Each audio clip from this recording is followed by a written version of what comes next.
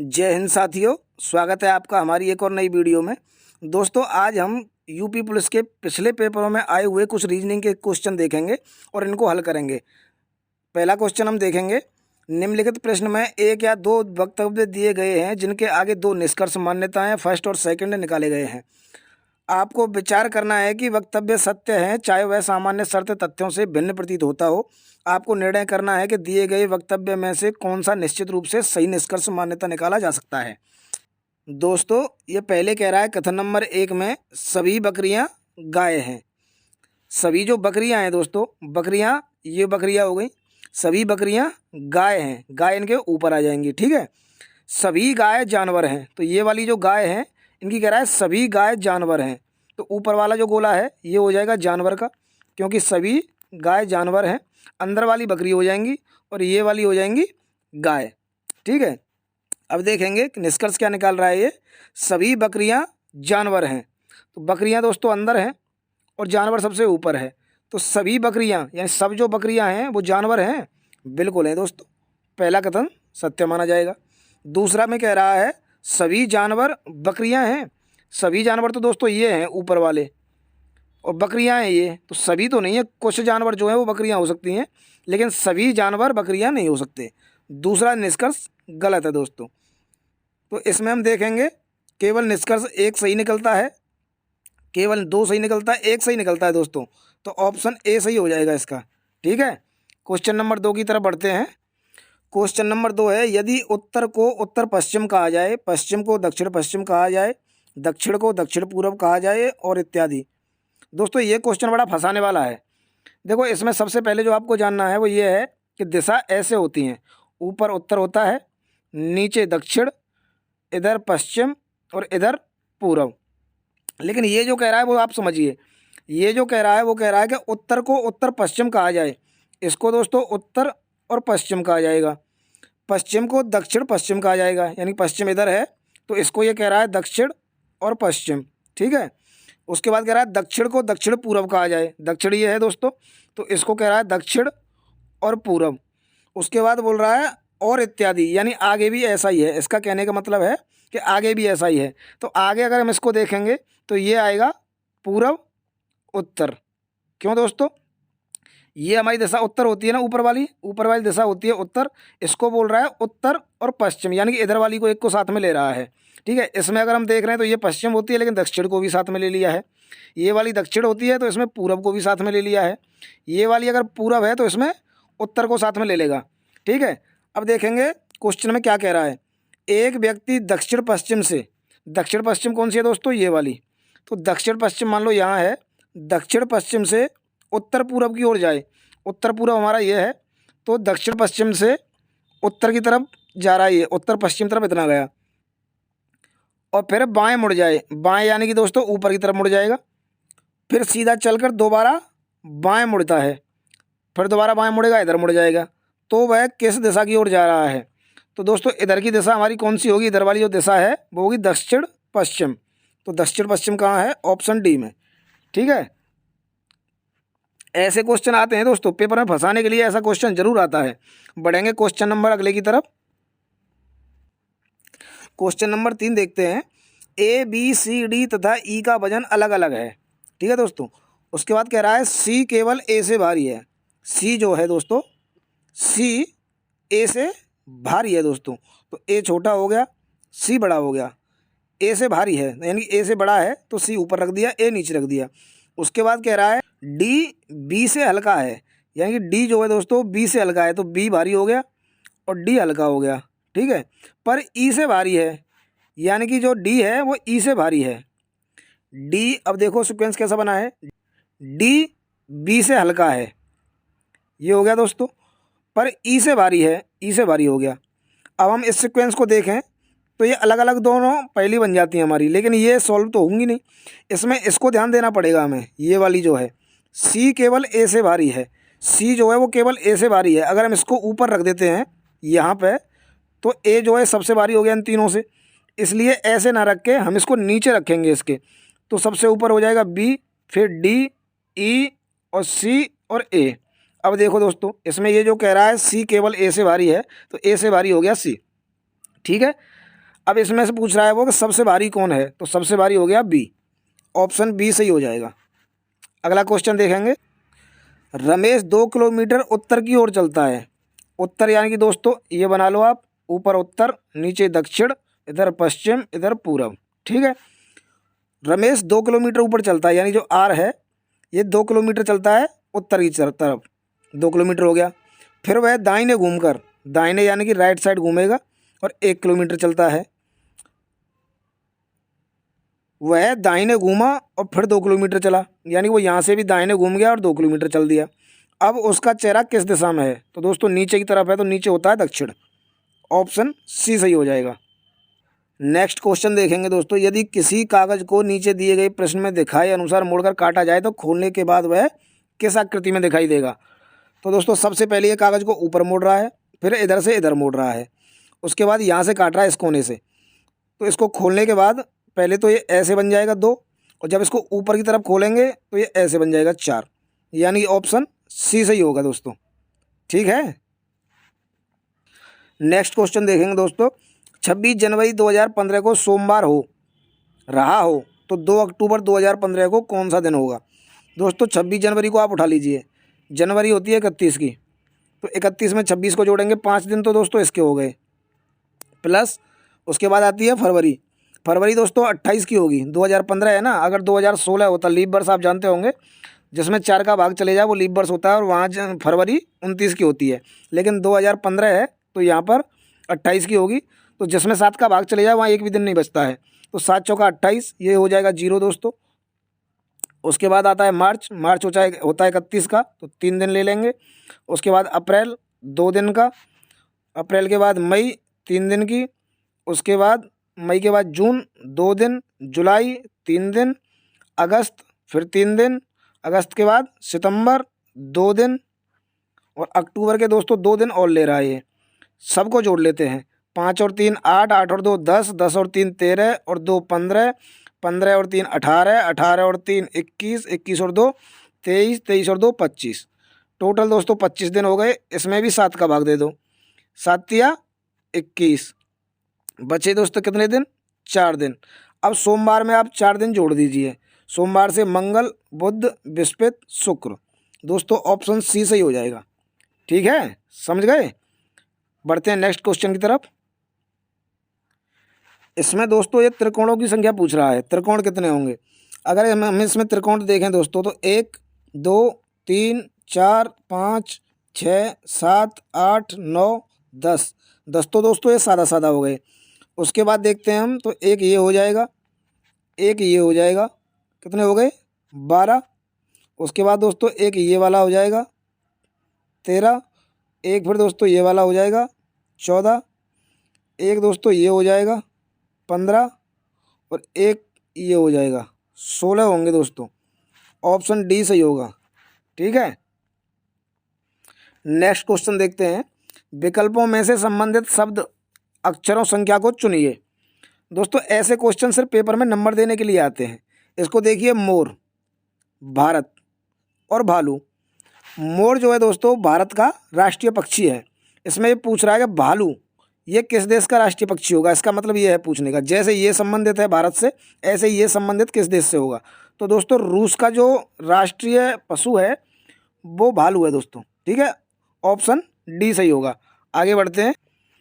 निम्नलिखित समीकरण एक विशेष प्रणाली के आधार पर हल किए गए हैं, उसी आधार पर अनुत्तरित समीकरण का सही उत्तर दीजिए। ठीक है, पहला समीकरण देखते हैं हम। इसमें क्या हो सकता है, 2 4 6 को, इसका मतलब ये नहीं है अगर प्लस लगाए तो जोड़ना है। इनमें हम कुछ भी कर सकते हैं, गुणा भी कर सकते हैं, भाग भी कर सकते हैं। मतलब ये है 2 4 6 का हम ऐसा क्या करें कि 48 आ जाए, 3 2 और 8 का ऐसा क्या करें कि 48 हो जाए। ठीक है, हम इसमें कुछ अनुमान लगा के देखते हैं। तो हमें ये 48 लाना है, तो कैसे हो सकता है। हम सोचते हैं लास्ट की जो 2 संख्या हैं इनका हम गुणा करके देखते हैं। 4 गुणा 6 कितना होता है दोस्तों, 24। ठीक है, अब बचा 2, 2 से हम और गुणा कर देते हैं, कितना हो जाएगा 48, यानी कि तीनों संख्याओं का ये कर रहा है आपस में गुणा। उसके बाद हम इसको देखते हैं, 8 और 3, 8 दूनी 16 और गुणा 3 48 हो जाएगा दोस्तों। बिल्कुल सही है, तीनों का गुणा कर रहा है। ठीक है, ऐसे हम इन तीनों का गुणा कर देंगे 7 पन्ना 35, 35 दूनी 70। ऑप्शन दोस्तों कहाँ है? बी। ऑप्शन बी सही हो जाएगा दोस्तों, 70। बढ़ते हैं नेक्स्ट क्वेश्चन की तरफ। यदि अर्थक्वेक को ऐसे लिखा जाता है दोस्तों, ऐसे अर्थक्वेक को ऐसे लिखा जाता है तो इलेक्ट्रोरेट को कैसे लिखा जाएगा? दोस्तों इसको अगर हम देखते हैं तो थोड़ा सा हमें समझ में आ रहा है इसमें कि ये आगे वाले अक्षर को पीछे की ओर से लिखना चालू कर रहा है। देखो EAR, EAR, उसके बाद THQ, THQ, उसके बाद UAKE, UAKE। ठीक है दोस्तों, ऐसे हम इसको लिखना चालू करेंगे पीछे से। तो ETA, ETA देखो इसमें है ETA, इसमें नहीं है, इसमें है ETA और इसमें है ETA, ये 3 लिख लिए। ROT, देखो RO इसमें नहीं है तो ये भी गलत हो गया। ROT इसमें है दोस्तों अभी, ठीक है, ROT इसमें है, इसमें ROC है दोस्तों। तो ऑप्शन सी सही हो जाएगा, यहीं से पता चल गया हमें, ऑप्शन सी सही हो जाएगा, आगे जाने की ज़रूरत नहीं पड़ेगी इसमें। नेक्स्ट क्वेश्चन देखते हैं। पूछ रहा है दोस्तों कि इनमें से गलत संख्या पहचानें। संख्या दोस्तों इतनी सारी दी हुई है, इनमें से हमें गलत संख्या पहचाननी कौन सी हो सकती है।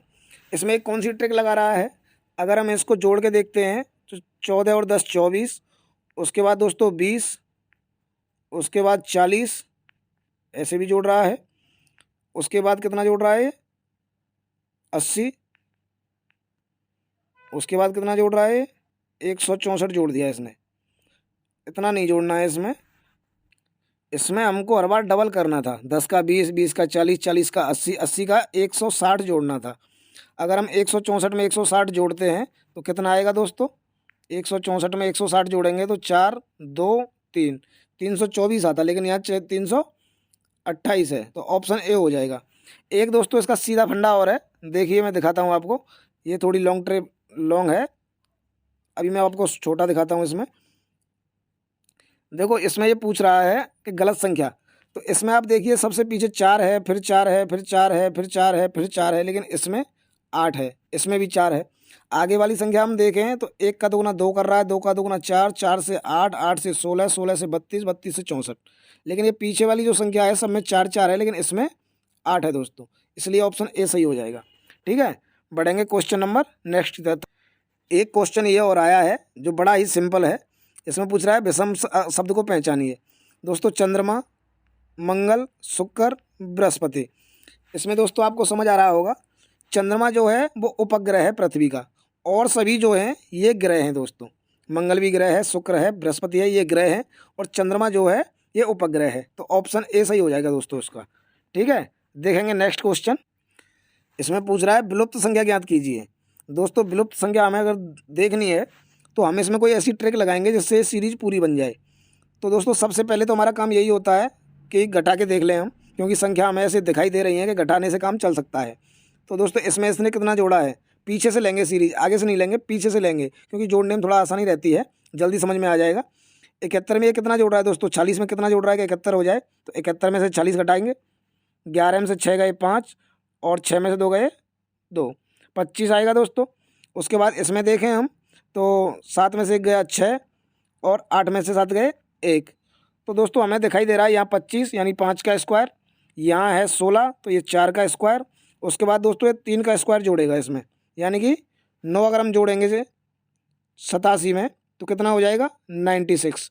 ठीक है, 96 में उसके बाद फिर ये 2 का स्क्वायर जोड़ेगा, यानी कि 4 100 हो जाएगा, उसके बाद 1 का स्क्वायर जोड़ेगा 1 101 हो जाएगा। ठीक है ना, सही बन रही है सीरीज, तो 96 आ रहा है इसका, तो 96 है डी। नेक्स्ट क्वेश्चन देखेंगे। यदि ए का आ से गुणा से है, ठीक है दोस्तों, सीरीज देख लो आप, ये सीरीज है, इसमें ये पूछ रहा है ए का, तो 8, ए की जगह क्या लगना है गुणा, उसके बाद 3, उसके बाद सी आया है तो इसमें हम देखेंगे सी का आ से प्लस से है, तो प्लस कर देंगे 24। ठीक है दोस्तों, उसके बाद आ रहा है बी, बी का आ से किससे है भाग से, तो भाग ले लिया, उसके बाद आ गया 12, उसके बाद है डी, डी का आ से किससे है, यहाँ दोस्तों लिखा नहीं है, ये माइनस से है, तो माइनस से क्या होगा 19। ठीक है, इसको हम हल करते हैं तो बोर्ड मार्क्स के हिसाब से सबसे पहले ऐसे करेंगे, उसके बाद इसको, तो इसको अगर हम हल करते हैं तो आएगा 2 प्लस 3 गुणा 8, इसको जो करेंगे तो 24, यहाँ दोस्तों -19 और है, 24 + 2 -19, 24 और 2 26, 26 में से 19 गया तो 7 हो जाएगा दोस्तों। ऑप्शन बी सही हो जाएगा। अगला क्वेश्चन देखेंगे। प्रश्न आकृति में दिखाए अनुसार कागज को मोड़कर काटने तथा खोलने के बाद वह कुछ उत्तर आकृति का दिखाई देगा। दोस्तों ये भी कागज का है। अगर दोस्तों वीडियो ठीक हो, अच्छी लग रही हो तो वीडियो को लाइक कर दें और शेयर कर दें, ठीक है। ये कह रहा है पहले हम इस तरफ मोड़ रहे हैं दोस्तों, पहले मोड़ रहे हैं हम नीचे की तरफ, उसके बाद मोड़ रहे हैं फिर इधर की तरफ, और उसके बाद इसमें एक तो बिल्कुल पास में कट लगा रहे हैं, एक बिल्कुल दूर। तो दोस्तों इनमें से कौन सा बनेगा? देखो ये तो नहीं बन पाएगा क्योंकि वो जिस हिसाब से इसमें लगा रहा है इससे ये नहीं बन पा रहा है, और ना ही ये बन पा रहा है क्योंकि कोने पे 2 बिंदी आएंगी। कोने पे बिल्कुल ये वाली जो है यहाँ पे अंदर की साइड में 2 आ रही हैं, तो अंदर की साइड में 2 इसमें तो आ रही हैं दोस्तों। ये हो सकता है क्योंकि ये भी नहीं हो सकता, इसमें एक वाली अंदर है और 2 वाली बाहर हैं, लेकिन 2 वाली हमको अंदर चाहिए तो इसमें आएगा। ऑप्शन सी सही होगा। अगला क्वेश्चन देखेंगे। यदि एक दर्पण को एम एन रेखा पर रखा जाए, यानी दोस्तों एम एन ये वाली है, यहाँ रखा गया है, तो कौन सी आकृति बनेगी? तो दोस्तों देखो इधर से इधर की तरफ आकृति बनेगी इसमें, ठीक है। तो ये के है, ये चला जाएगा इधर साइड में और बी आ जाएगा अंदर साइड में, ठीक है। लेकिन बी यहाँ सीधा है तो ये उल्टा दिखाई देगा, यानी कि ऐसे, और के आ जाएगा बाहर की तरफ, तो के जो है वो उल्टा है तो इसमें आ जाएगा सीधा, यानी ऐसा बनेगा दोस्तों। ऐसा कौन से में है? Option B. आगे बढ़ते हैं। अगला क्वेश्चन है, निम्नलिखित प्रश्न 1 या 2 वक्तव्य दिए गए हैं जिसके आगे 2 निष्कर्ष हैं दोस्तों। ये दोस्तों कथन निष्कर्ष का है और इसमें हमें बताना है कि कौन सा निष्कर्ष सत्य है। जब पानी ठंडा होता है तो वह बर्फ़ में बदल जाता है, ठीक है। जब पानी को गर्म किया जाता है तो वह भाप में बदल जाता है, ठीक है। निष्कर्ष है जल ठोस है। ऐसा तो सर कुछ नहीं बताया कि जल ठोस है, लेकिन ठंडा करने पर ठोस हो रहा है ना। जल तो ठोस नहीं था लेकिन ठंडा करने पर हो रहा है, तो ये गलत हो जाएगा पहला। दूसरा है जल गैस है। दोस्तों जल गैस नहीं है, उसको गर्म करने पर वो भाप में बदल रहा है। जल तो जल ही था लेकिन उसको गर्म करने पर गैस बन रहा है। तो दोस्तों इसके दोनों ही कथन निष्कर्ष गलत होंगे। दोनों ही कौन से ऑप्शन में है? ऑप्शन डी, ना ही निष्कर्ष 1 और ना ही निष्कर्ष 2। ऑप्शन डी सही होगा पक्का। आगे बढ़ते हैं। अगला क्वेश्चन दोस्तों ये है कि निम्नलिखित शब्दों में को शब्दकोश के क्रम में लिखिए। शब्दकोश का मतलब है दोस्तों कि ABCD के हिसाब से हमको लिखना है, जो जिसमें पहले आएगा वो हमें पहले लिखना होगा। ऐसा दोस्तों एक प्रश्न तो निश्चित आता है पेपर में, एक प्रश्न निश्चित आएगा। तो दोस्तों सबसे पहले हम देखते हैं APPR, APPR इसमें भी है, APPR इसमें भी है, APPR इसमें भी है, ठीक है। उसके बाद देखते हैं ROA, ROP आ रहा है दोस्तों। इसमें देखते हैं ROV आ रहा है, इसमें देखते हैं ROV आ रहा है। तो दोस्तों सबसे पहले ये जो ए आ रहा है ये सबसे पहले पे आएगा, यानी सबसे पहले आएगा ए। तो उसके बाद हम देखें ROA जो आ रहा है, ROP, पी के बाद इसमें V और इसमें भी V दोस्तों, इन दोनों में B आ रहा है लेकिन इसमें P है, तो दूसरे पे हो जाएगा V। यहाँ तक हम कर चुके हैं। उसके बाद V और V इन दोनों में आ रहा है। V के बाद हम जो देखेंगे कि अगला जो हमारा शब्द है वो कौन सा आ रहा है अक्षर इसमें आ रहा है A और इसमें आ रहा है V। तो सबसे पहले कौन आ जाएगा? A वाला आएगा, यानी कि C, और लास्ट में हो जाएगा D। तो ABCD कौन से ऑप्शन में है दोस्तों? ABCD इसमें नहीं, इसमें नहीं, ABCD ऑप्शन डी में है, ठीक है।